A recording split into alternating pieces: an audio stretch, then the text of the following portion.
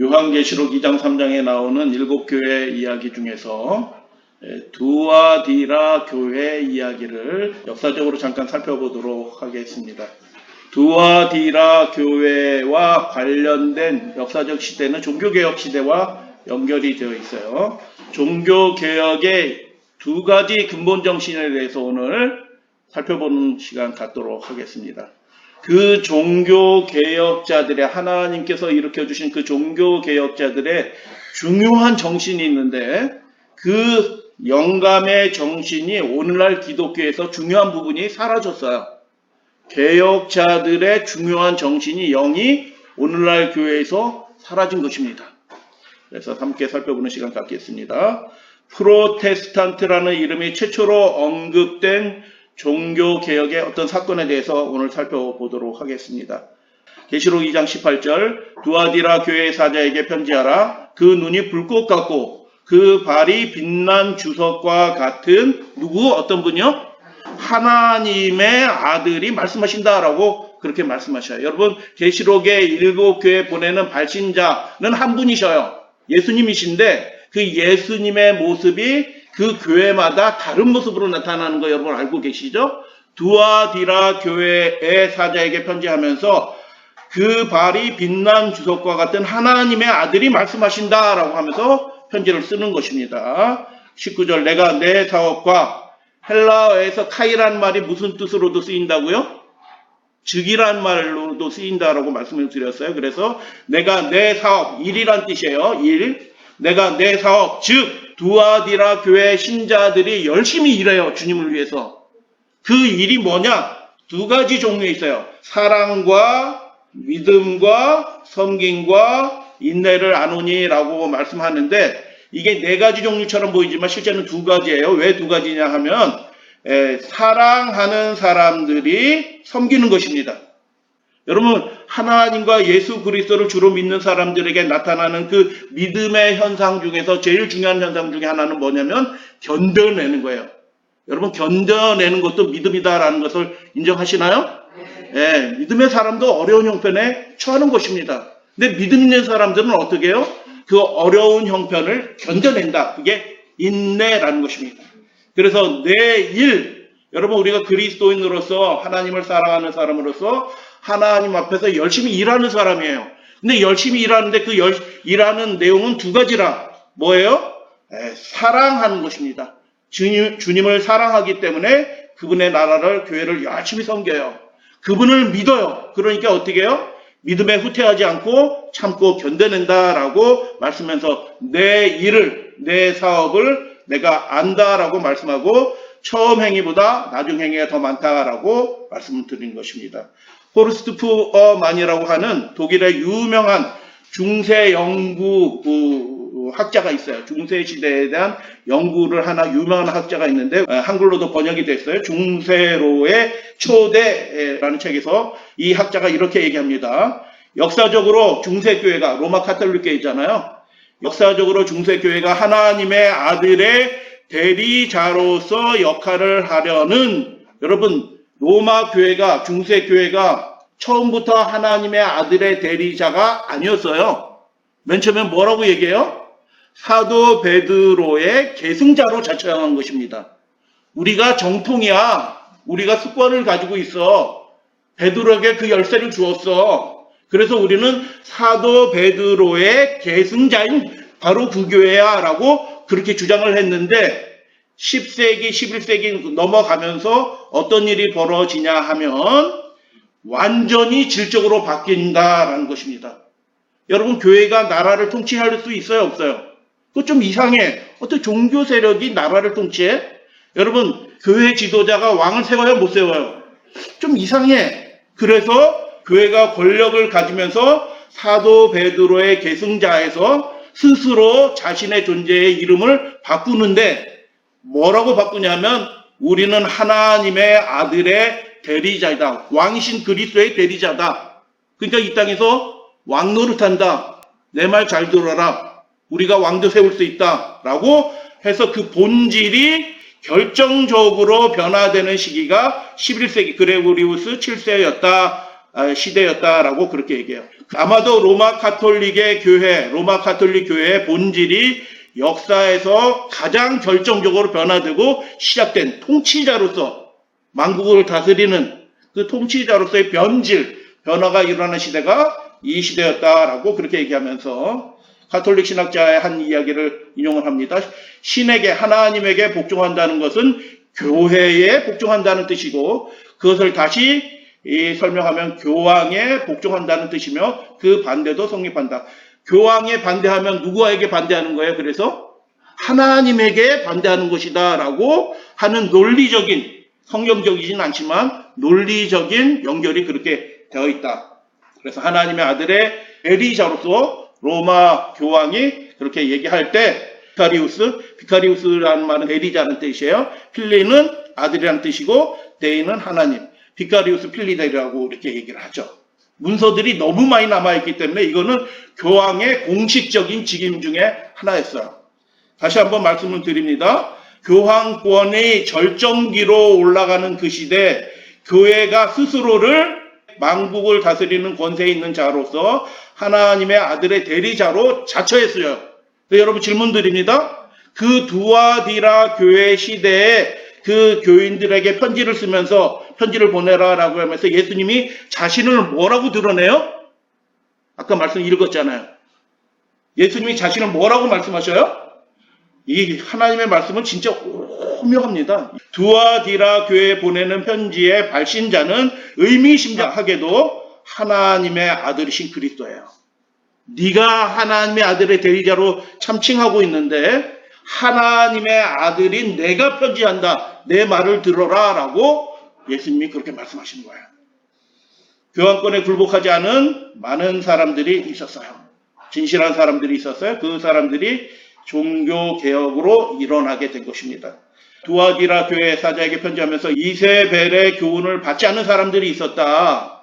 사탄의 깊은 것을 알지 못하는 사람들이 있었다. 그런 믿음의 소수의 사람들이 있었다라는 거예요. 여러분, 이 세상에 많은 사람들이 배도한 믿음을 갖더라도 항상 하나님은 그분께 진실한 믿음의 백성들을 가지고 계셨다라는 것입니다. 그래서 이세벨의 교훈을 받지 않고 사탄의 깊은 것을 알지 못한 진실한 사람이 남아있어 라고 얘기했는데 남은 자들이 있었다라고 말씀하면서 내가 올 때까지 그것을 굳게 잡으라 라고 그렇게 말씀합니다. 그 시대에 관련된 굉장히 중요한 역사적 사건이 벌어진 곳이 지금은 독일이에요. 예전에 그 중세시대는 신성 로마 제국에 독일 그 지역을 뭐라고 불렀냐면 독일이라고 안 부른 거고 신성 로마 제국. 이야, 가톨릭에 얼마나 충성을 잘했는지 몰라요. 나라 이름이 홀리 로마 엠파이어예요. 신성 로마 제국이에요. 그렇게 불려졌던 그 지역의 보름스라는 곳이 제국의회, 그 여러 영토를 나눠서 제후들이 다스리고 있었는데 그 제국의회가 열린 곳이 보름스라는 곳이에요.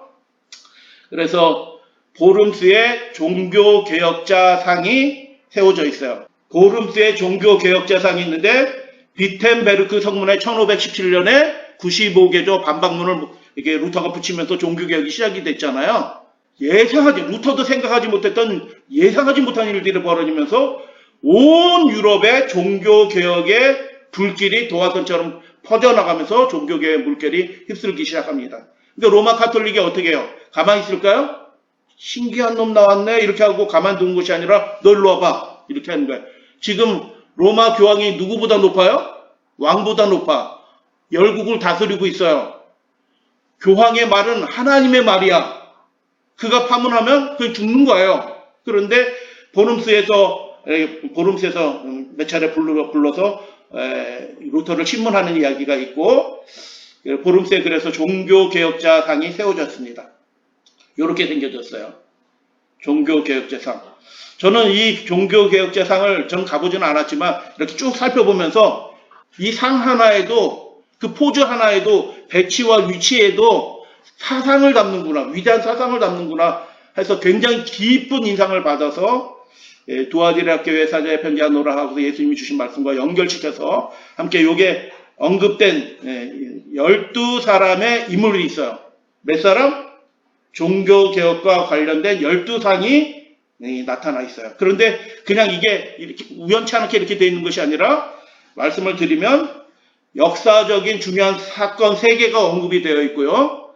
그 다음에는 그 종교개혁을 함께 협력했던, 여러분 개혁은 훌륭한 사람 한 사람이 나와서 개혁하는 것이 아니에요. 여러분 요청드립니다. 교회 부흥을 위해서 모든 사람들이 각처에서 있는 대로 부흥을 위해서 기도하면 부흥이 일어날 줄로 저는 그렇게 믿어요.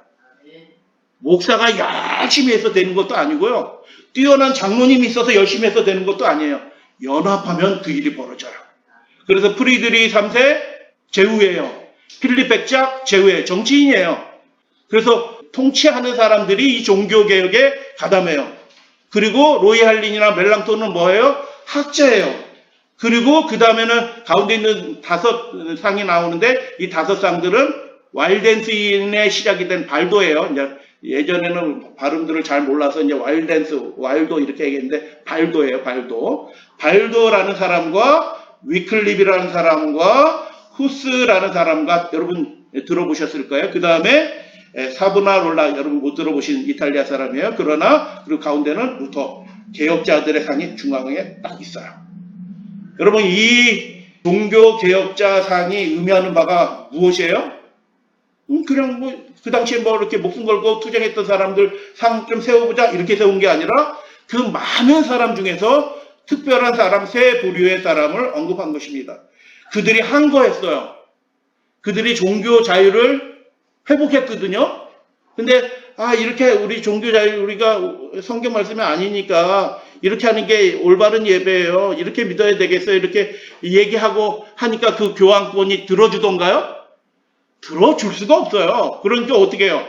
이게 하나님의 명령입니다라고 그 사람의 명령에 대항해서 절대권을 가지고 있는 교회의 권력에 대항해서 항거했어요.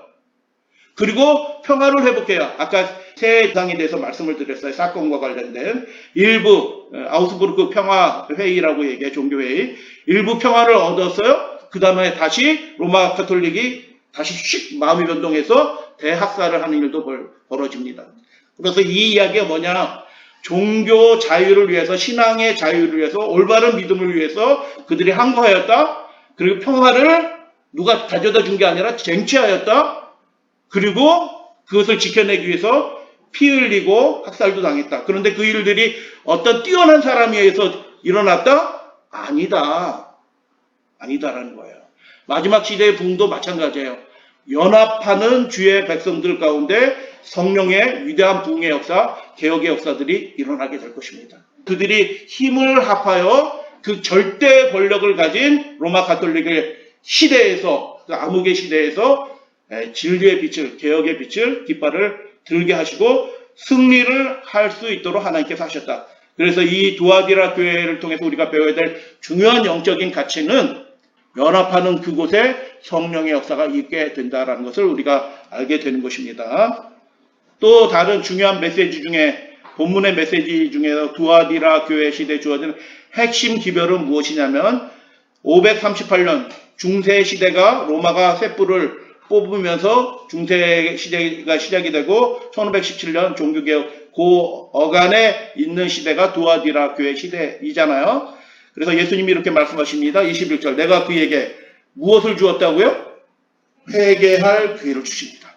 그렇게 타락한 교회고 권력욕에 취해서 자기가 왕들 위에 높이 스스로를 높여서 마치 사단처럼 사탄이 뭐라고 얘기해요? 내가 북극산 지폐 위에 내 보좌를 높이리라 하고 그분과 비기리라 하고 하는 사탄의 영에 사로잡힌 이 교회 수장이 하나님의 아들의 계리자로 참칭하면서 그렇게 하는 만행을 저지르는 그런 시대에 하나님이 어떻게 그 교회를 버리셨다?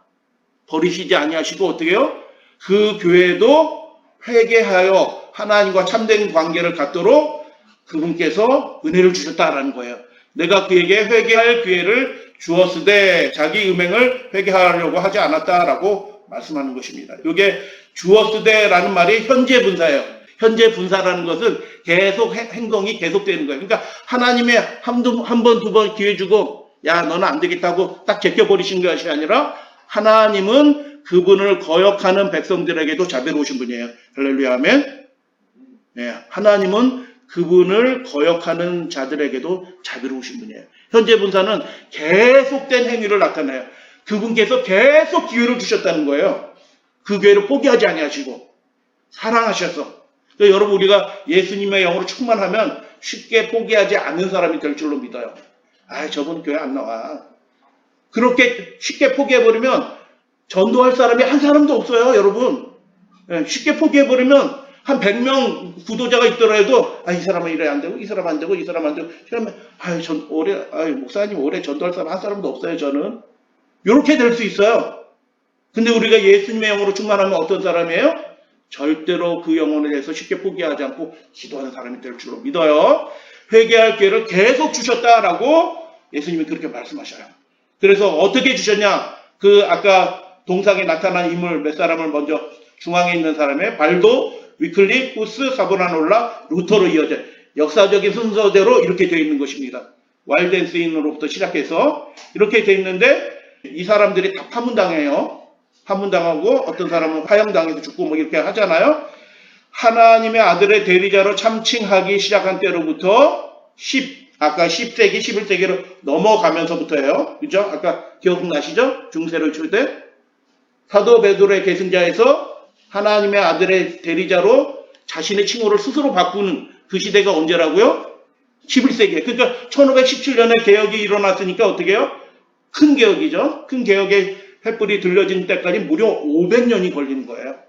하나님이 내가 하나님의 아들이 하고 자기 보좌를 스스로 하나님의 보좌와 근사한 자리에 스스로 높인 그 만행을 신성모독적인 행위를 하는데도 하나님이 그들에 대해 몇 년을 참으신 거예요? 5년? 50년? 500년을 참으신 거예요. 500년을. 하나님의 자비하심을 우리 다시 한번 이 두아디라 교회를 통해서 보게 되는 것입니다. 여러분, 우리는 누구에 대해서 포기할 권리가 없어요. 스스로에게도 우리가 자포자기하는 심력으로 자기 자신에 대해서도 포기하면 안 돼요. 왜냐하면 하나님은 절대로 포기하지 않으신 분이시다. 역사를 통해서 우리가 보게 되는 것입니다. 이 신실하고 위대한 믿음의 개혁자들을 통해서 계속 회개할 기회를 주신 거예요. 대표적인 사람만 언급이 된 거예요. 계속 회개를 할 기회를 주셨다. 양심에 호소하는 거 당연히 주시겠지만 실제로 메시지를 주는 거예요. 누구를 통해서? 개혁자들을 계속 일으켜 주셔서 500년 동안 계속 개혁자, 사보나놀라는 카톨릭 신부예요.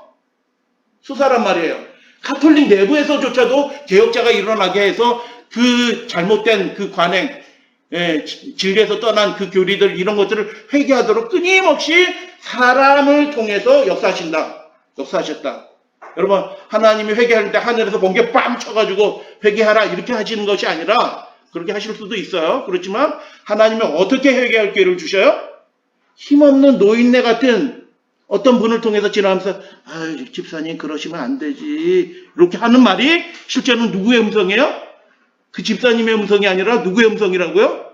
하나님의 아들의 음성이 될 수도 있는 거예요. 우리도 그렇게 열린 마음으로 이제 누구의 말을 이렇게 할 때 그분이 정말 기도하고 이렇게 어떤 하나님의 영에 이끌려서 하시는 말씀일 수도 있어요. 어떤 경우에는요. 그래서 우리 영으로 깨어있으면 예수님이 나를 하려면 이렇게 하면 안 되구나라고 말씀하는 거지 라고 해서 회개할 수 있어요. 500년 동안 하나님께서 회개할 기회를 주셨다. 그래서 하나님은 너그러우신 분이다. 진짜 하나님은 너그러우신 분이에요. 여러분, 이스라엘 역사 가운데서 제일 악한 왕 누구? 아합 왕. 끈질기게 한 40년 통치하잖아요. 근데 아합 왕이 선지자가 너 망할 거야 라고 얘기하니까 그 악한 왕이 이세벨의 남편이잖아요. 아합 왕이 어떻게 마음이 쪼글려가지고 이렇게 하니까 하나님이 회개한 거로 쳐주셔요. 아이고 하나님 하니까 어떻게 알았어. 하나님 그렇게 해주신 분이에요. 예수님이 몇 번씩 용서해 주라고 얘기하셨어요? 베드로가 용기 있게 나 7번 용서할 수 있어요? 이렇게 얘기하니까 예수님이 뭐라고 얘기하셔요? 너 훌륭하다 이렇게 얘기하지 아니하시고 70번씩 7번이라도 용서할 수 있다라고 얘기하죠. 그 말씀을 하신 분이 어떤 분이시라고요? 예수님이 70번씩 7번이라도 예수님은 용서하시는 분이에요. 할렐루야 아멘. 예수님은 그렇게 우리를 용서하시는 분이에요. 그분의 용서의 은혜 가운데 우리가 있는 것입니다. 하나님은 너그러우신 분이에요. 하나님의 아들의 대리자로 최상권을 가지고 사람들을 쥐락펴락해서 권력 욕에 취해서 음행하고 있는 그 중세교회에 대해서 이야 이런 나쁜 놈 해가지고 당장 벌을 내리지 않고 하나님이 수많은 개혁자들을 계속 일으켜 주셔서 역사 가운데서 그들을 회개하도록 했다. 계시록 이야기를 잠깐 말씀드려요. 계시록 16장에 7장이 내려요. 근데 큰 바벨론, 음행하는 큰 바벨론을 하나님께서 진노로 심판을 하시는데 역사적인 심판이에요. 근데 그 하기 전에 하나님은 어떻게 하시던가요? 예수님을 통해서 11장 두 증인을 통해서 12장에 그 언급된 그분의 형제들도 이겼다는 얘기가 나와요. 목숨을 바치고 12장에 보면 그 개혁자들을 통해서 그리고 그 다음에 세 천사를 통하여 그리고 최후의 개혁자들을 통하여 마지막 셋째 천사의 기별을 전하는 최후의 개혁자들을 통하여 회개하도록 계속 요청하시는 이야기가 요한계시록의 핵심 얘기예요.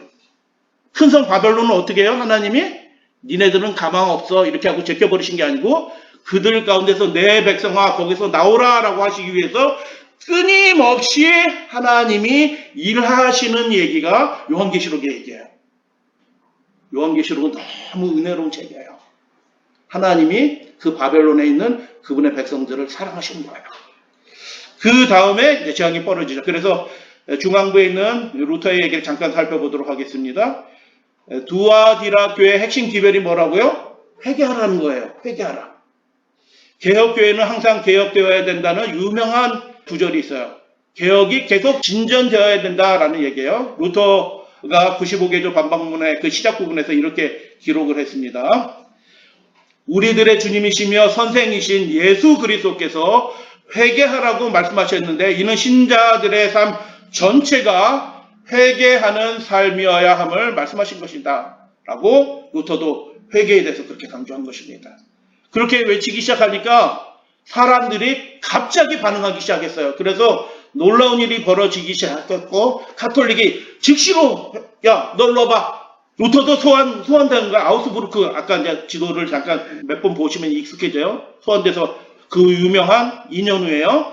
라이프치 논쟁 솔라 스크립트라 교황이 이렇게 얘기했어. 교회가 이렇게 얘기했어. 무슨 소리? 솔라 스크립트라 오직 성경으로 얘기해라. 이렇게 외친 그 라이프치 논쟁. 이 이야기에 감동적인 이야기들이 있어요. 그러나 다 함께 말씀을 드려요. 보름스 제국의회 결국 소환됩니다. 너 일로 와. 그리고 소명해. 얘기합니다. 이제 루터가 이제 공식적으로 파문되는 일들이 벌어진 것입니다. 그 제국의회에 참여하기 위해서 비텐베르그 저 위쪽에서 보름 걸어서 갔어요. 보름. 옆집 동네 간 게 아니고 보름 걸어서 소환받 가지 말라고 하는데 루터는 하나님이 지켜주실 거다라고 믿고 가는 거예요. 죽을지도 모르는데 가는 거예요. 여러분 우리가 믿음을 전달받았잖아요. 어떻게 전달받은 거예요? 목숨 걸고 예수 그리스도를 붙잡고 믿음을 지킨 그 사람들에 의해서 그 믿음이 전승되어 왔고 우리가 그 믿음을 받은 거예요. 우리는 빚진 자인 것입니다. 동의하시나요? 바울이 자기를 빚진 자라고 얘기하잖아요. 역시 우리도 마찬가지로 빚진 자예요. 그래서 루터 동상 밑에 독일어로 써있지만 그걸 해석하면 이렇게 됩니다. 내가 여기 섰습니다. 어디 쓴 거예요? 그 원수들 앞에 서게 된 것입니다. 그 당시 사내들인 앞에 서게 된 거예요. 나는 달리 내가 어떻게 말할지 모르겠습니다. 하나님 저를 도와주셔야 됩니다. 아멘. 한 루터의 그 말이 루터의 그 동상 밑에 기록이 되어 있어요. 여러분 우리는 최후의 종교개혁을 완성하는 믿음의 사람이 되어야 될 줄 믿습니다. 그 사람들이 어떻게 승리하게 됐어요? 죽음을 각오하고 그 절대 권력에 맞서게 된 것입니다. 계시록 13장의 상황도 마찬가지예요. 그래서 작은 불꽃 하나가 온 세상을 밝히게 되게 된 것입니다. 그래서 루터가 쓴 몇몇 글들이 있는데 그것들이 하나님의 기이한 섭리로 인해서 전 유럽에 퍼지게 된 것입니다. 그래서 루터의 친구인 미코니우스라는 사람은 이렇게 기록을 했어요. 루터의 그 책자들을 글을 누가 나르고 있다는 거예요. 누가 나르고 있어요? 천사들이 나르고 있는 것 같다. 이야 어떻게 이렇게 신속하게 로마 카톨릭이 그게 퍼지지 못하도록 막 강제하고 있거든요. 그런데도 싹 퍼져나가는 그 일들이 벌어졌다라고 그렇게 기록이 되었습니다. 그래서 프리드리히 3세 루터를 도와줬던 유명한 제후 중에 하나입니다. 루터 넘겨! 라고 얘기하니까 작센의 제후예요. 작센, 선제후라는 것은 선거로 제후가 되는 사람이랬는데 왕의 아들 같은 사람이 다 제후가 되는 거예요. 왕이에요, 왕. 그래서 프리드리 3세는 보내라고 얘기하니까 안 보내 이렇게 얘기한 거예요. 여러분, 로마 교황권이 보내하는데 안 보내하면 무슨 일이 벌어져요? 그 사람 왕따 당해요. 그 사람도 파면당할 수 있어요. 그래서 프리드리 3세 이 선제도 자기가 목숨 걸고 종교개혁의 편에 서게 된 것입니다. 로마가 어떻게 해요? 로마가 잘하는 짓이 뭐예요? 계시록에 나오잖아요. 두아디라 교회도 나오고 뒷부분에도 나오고. 로마가 잘하는 짓, 음행이에요. 뭐가 음행이에요? 도덕적인 것이 음행이 아니라 정치적인 자기 개인적인 이익을 위해 가지고 겉멋을 해서 이렇게 타협하고 협잡하고 계약 맺고 조약 맺고 하는 게 그게 다 음행이에요. 로마가 어떻게 해요? 프리드리 3세한테 야, 내 말 잘 들어. 잘 들고 루터 넘기면 네가 신성 로마 제국의 다음 황제가 될 거야. 어이? 아니 제가 이쪽 지역 작센 지역을 다스리고 있는데 제가 전체를 다 다스린다고요? 어이? 아이 그래요. 그 좋죠. 하고 루터를 와보게 하고 딱 잡아가지고 가톨릭에 넘겨줬더라. 그렇게 하지 않은 거예요. 회유했어요. 당근을 주면서 야 신성 로마 황제가 되실 분인데 이런 사소한 문제 때문에 이렇게 걸림돌이 돼서는 안 되겠지요. 여러분 루터 넘겨주세요. 이렇게 하니까 너 이렇게 하고 거절하는 것입니다. 그리고 본인도 어려움당하고 이렇게 했어요. 그래서 종교개혁에 협력하는 사람들이 루터만 목숨 걸고 한 것이 아니라 사실은 다 그런 동일한 영으로 마음으로 진리의 편에 섰다라는 것을 보게 됩니다. 대쟁투에 있는 이야기 읽지는 않겠습니다. 진리의 능력 앞에서 카톨릭은 아무것도 아니다라고 프리드리 3세가 확신하였다라는 것입니다. 그 다음에는 헤센의 영주 필립 백작의 헤센은 보름스가 포함되어 있는 그 중앙 지역에 라인강이 있는데 중앙 지역의 백작입니다. 영주 필립 백작은 1524년 종교개혁 7년 후죠. 마틴 루터의 저작을 어떻게 봤다고요? 꼼꼼하게 읽어봐요. 여러분 진리의 백성은 대충 사는 사람들이 아니에요. 이게 정말 맞나 안 맞나 확인하고 확증해서 믿는 사람들이에요. 그리고 자신의 전존재를 거는 것입니다. 헤센의 필립 백작은 종교개혁의 가장 든든한 조력자가 됩니다. 자세히 말씀드리지는 않아요. 그래서 동맹을 만들어서 자기 혼자 하는 게 아니라 야 이거 이렇게 틀린 거야. 이게 말도 안 돼. 성경하고 완전 달라. 하고 동맹을 맺어서 그 로마 가톨릭 절대권과 대항하는 그 일들을 하게 되는 것입니다. 최초의 개신교 대학을 마르크 브루크 거기 그 지역에 있어요. 세우기도 합니다. 로이 할린 교수입니다. 강제로 유대인들의 핍박을 많이 받거든요. 그런데 유대인들에 대해서 동정적인 마음으로 로마 가톨릭이 유대인들을 척살해요. 척살. 히틀러만 그런 것이 아니라.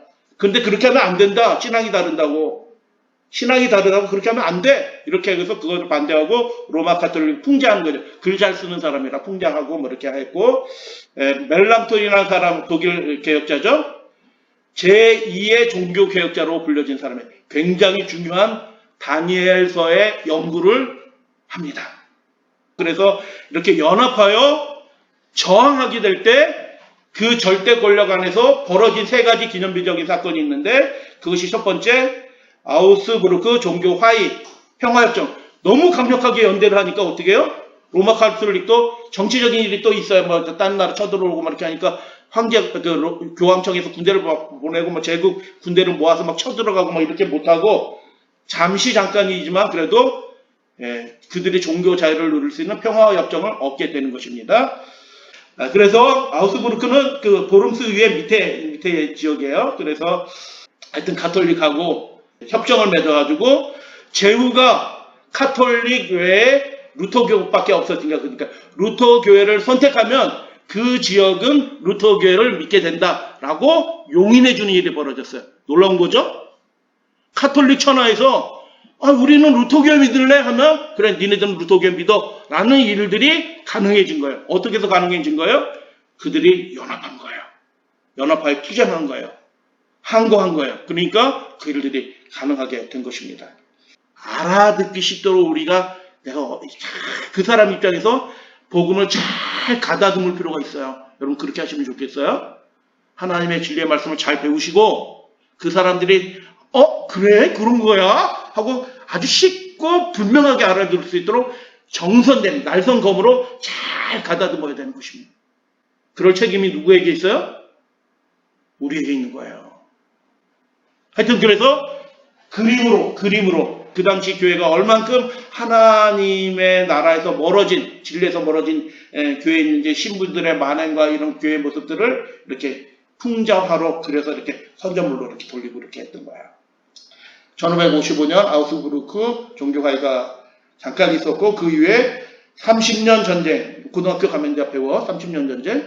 30년 전쟁이 뭐예요? 그 개신교 세력을 그 가톨릭이 박멸하려고 30년 동안 종교전쟁을 일으켜요. 그 사이에 첫 번째 기념비적인 사건이 종교화해가 있었다라는 것입니다. 막데부르크 학살 1631년 종교개혁이 있은 후 한 100년 지난 다음에 독일의 한 마을에 막데부르크 이렇게 비텐베르크 옆에 있잖아요. 막데부르크에서 학살이 벌어져요. 그 똑같은 그 동상에 인물은 동일한 여자 동상인데 지금 아까는 뭘 들고 있었어요? 종려나무 가지를 들고 있었잖아요. 지금 여기 뭐 들고 있어요? 칼 들고 있어요. 그들이 거의 주민들의 거의 대부분이 학살당하고 유린당했어요. 그냥 죽인 게 아니고 유린당합니다. 유린당해. 그들이 개신교 믿음을 가지고 있었기 때문에 고통 가운데서 그 일들을 당하고 견뎌냈다라는 얘기입니다. 그래서 그 일이 벌어졌는데 그래서 개신교 세력이 망했냐? 개신교 세력이 망했냐? 여기 보면은 3만 명 주민 중에서 2만 5천 명을 다 죽이는 거야. 개신교 세력이 망했냐? 아니요. 오히려 더 전국적으로, 전 유럽적으로 더 결집한 일이 벌어져서 그런 일이 벌어졌습니다. 그 일이 있게 된 최초의 사건이 스파이어 한 겁니다. 오늘 이야기의 핵심적인 얘기가 이 얘기예요. 종교개혁자들의 두 가지 핵심 사상이 있어요. 그 두 가지 핵심 사상을 나타내는 유명한 사건이 1529년 루터의 종교개혁이 있은 후 12년 후에 스파이어 한 거가 있었게 되는데 그 당시에 정부, 제국 통치 황제가 개신교 전도 못하게 한 거예요. 개신교인들은 체포하고 처형하라는 명령을 내려요. 여러분 그러면 여러분 신앙할 거예요? 안 할 거예요? 진리의 백성으로 살아가는데 그런 믿음 가지면 체포해서 감옥에 넣고 처형해라 하면 우리가 저는 잠깐 다닌 거예요. 제가 알아보려고 한 거지 믿지는 않았어요. 이렇게 하고 싹 빠져나갈래요? 아니면 진리를 오히려 더 강하게 증거하면서 순교자의 대로로 가실래요? 그렇게 복음이 증거되어 왔던 것입니다. 처형하라는 명령이 내렸고 다시 그런 명령이 금지 정죄하고 몰수하고 추방하고 처형하는 일들이 법령으로 된 것입니다. 법령으로. 여러분 비슷한 일이 이미 전 세계적으로 벌어지고 우리나라도 있었고 앞으로도 또 벌어질 거예요. 진짜 진리편에 서지 않으면 국가가 하지 말래 하고 다 물러나게 될 것입니다. 그래서 2차 스파이어 제국에서 종교개혁 지금까지 한 사람들 믿는 사람들은 어쩔 수 없어. 더 이상 전도하지 마 라고 금지를 했어요. 여러분 너 믿는 건 괜찮아. 근데 전도는 하지 마. 이렇게 하면은 믿는 거 허락만 해줘도 땡큐. 감사해. 자비로운 제국의시여 이렇게 할 거예요? 아니면 그래도 전도할 거예요? 그 사람들 어떻게 했다고요? 개신교들? 개신교라 프로테스탄트라는 말이 스파이어 제국 위에 이 말에 의해서 슈파이어 항고로 일어날 때 저놈들 지긋지긋하다. 대드는 놈들, 저항하는 놈들에서 프로테스탄트라는 이름을 그래서 슈파이어에서 그 항고가 벌어진 것입니다. 6명의 루터파 제후와 한 사람이 아니라 6명의 제후가 연합합니다. 14개의 자유시 큰 도시들이 결성해서 그 로마 가톨릭 무슨 소리야? 우리가 믿는 바를 전해야지 라고 해서 전하기 시작한 것입니다. 여러분 우리가 진리의 백성이면 그 증거가 뭘까요? 증거하는 사람이 되는 것입니다. 우리가 정말 예수 그리스도에 속한 사람이라고 하면 하나님의 아들에 속한 사람이라고 하면 우리가 그분을 증거하는 사람이 될 거예요. 그래서 루터파가 프로테스탄트라는 별명을 나쁜 별명이에요. 조롱하는 별명을 얻게 되고 대쟁투에 보면 그 슈파이어 한 거가 개신교 교회의 본질을 다루고 있다라고 얘기해요. 그 얘기가 두 가지 본질이 있습니다. 그래서 그 두 가지의 본질이 뭐냐면 하나님의 말씀을 믿어야 된다는 거예요. 교회가 가르치는 얘기가 아니라 성경 말씀 그대로 우리가 믿어야 된다. 동의하시나요? 아멘. 두 번째, 진리라고 확신하는 어떤 것들이 있다고 하면 그래 너 개인적으로 믿어가 아니고 그 믿는 바를 다른 사람들에게 전할 수 있어야 된다라고 항거한 것입니다. 제국의회가 전도금지, 니네 믿는 건 오케이 이렇게 했는데 NO! 증거할 수 있어야지. 그게 하나님의 명령. 예수님이 땅끝까지 이르러 내 증인이 되리라 라고 하나님의 아들이 명령하셨는데 무슨 소리? 국가가 왜 막어? 이렇게 얘기한 것입니다. 그래서 자세히 살펴보잖아요. 뭐 말도 되지 않는 교리들, 타락한 교리들, 일요일 예배 뭐 등등 타락한 시대가 도화지락 교회 시대인데 그 시대에 그 행음, 내 말 잘 들으면 환기시켜줄게 라는데 그 이세벨의 교리, 이세벨의 회의에 참여하지 않은 소수의 믿음의 사람들이 있다. 여러분 이세벨 하면 뭐가 생각이 나요? 나쁜 여자 이 생각이 일단 들죠. 이세벨 하면 무슨 생각이 먼저 나시던가요? 선지자들을 죽인 거예요. 선지자들을. 근데 중세교회 이 두아디라 교회 시대 그 로마 교회가 어떻게 해요? 많은 그리스도의 자녀들 선지자들을 하나님의 진리를 증거하는 사람을 죽여요. 그래서 이세벨이에요. 그래서 마지막 시대에도 그런 일이 벌어질 것을 계시록 17장 종말의 장에 미리 보여주셨어요. 이 여자가 성도의 피와 예수의 증인들의 피에 뭐 했다? 취했다. 많이 그렇게 해온 거예요. 그리고 마지막 시대도 그런 비슷한 일을 할 거예요. 그러나 마지막 시대는 하나님께서 그의 백성들을 지켜주실 것입니다. 마지막 시대는 막 순교하고 많이 죽어가지 않아요. 왜냐하면 마지막 시대는 영광스러운 교회예요. 복음을 완성하는 승리하는 교회예요. 투쟁하는 교회, 승리하는 교회가 될 것입니다. 그렇게 예언이 되어 있어요. 그래서 이세벨이 그렇게 하지만 하나님 그분의 백성을 지키실 것이다 라고 그렇게 말씀하셔요. 두 가지 개신교 정신이 있어요. 첫 번째, 사람의 교훈이 아니라 하나님의 말씀을 따라야 된다. 아멘. 하나님의 말씀을 따라야 된다. 두 번째, 진리라고 확신하는 바를 자유롭게 증거할 수 있어야 된다 라고 항거한 것입니다. 그런데 여러분, 저는 이 여러 가지 사진을 보다가 보니까 전 뒤편에 큰 나무 두 그루가 있잖아요. 그잖아요. 배경에 저 나무를 원래 있던 나무가 아니게 이 조각상들을 만들면서 일부러 그 오래전부터 큰 나무를 심어다 놓은 나무거든요. 배경이 되는 나무예요. 저는 십계명의 두 돌판이 생각이 나요. 모양도 그래. 십계명의 두 돌판. 교황의 명령이 아니라 하나님의 명령. 교회의 가르침이 아니라 예수님의 말씀. 십계명 돌판인데 지금 가보면 어떻게 됐나? 저 두 나무 중에 한 나무가 죽었어요. 어떤 나무가 죽었을까요? 저는 이것도 우연의 일치가 아니라고 생각이 들어요. 오른쪽에 있는 나무가 죽었어요. 첫 번째부터 네 번째 계명. 하나님을 최고로 사랑하는 그 명령. 하나님의 말씀이 최종 권위라는 그 권위, 그 개신교 정신이 지금 오늘날 교회에 사라진 것입니다. 칼빈을 따라가요. 칼빈을. 그가 말한 말이 다 맞지 않거든요. 엉터리도 있어요. 근데 칼빈 사람을 개신교회는 끊임없이 개혁하는 사람이고 진리에 나와서 진리로 전진하는 사람인데 사람에게 속한 그런 교회들이 오늘날 교회에 많은 교회들이에요. 그래서 참 신기한 일이다. 어떻게 우연치 않게 지금 영적인 상황과 똑같은 일이 지금 저곳에서 벌어진 거예요. 그 앞에 있는 한 나무가 죽어버렸어요. 그래서 하나님의 말씀을 따라야 된다는 이 위대한 개혁자들의 정신이 사라진 시대에 우리가 살고 있어요. 멜랑톤, 저 뒤편에 멜랑톤 보였잖아요. 멜랑톤이 뭐라고 얘기했는지 잠깐 보여드리기로 합니다. 다니엘서 주석을 하면서 멜랑톤이 이렇게 얘기했어요. 로마 카톨릭이 다니엘서 7장 25절 작은 뿔이 어떻게 해요? 때와 법을 뭐 해요? 변경한다라고 얘기했어요.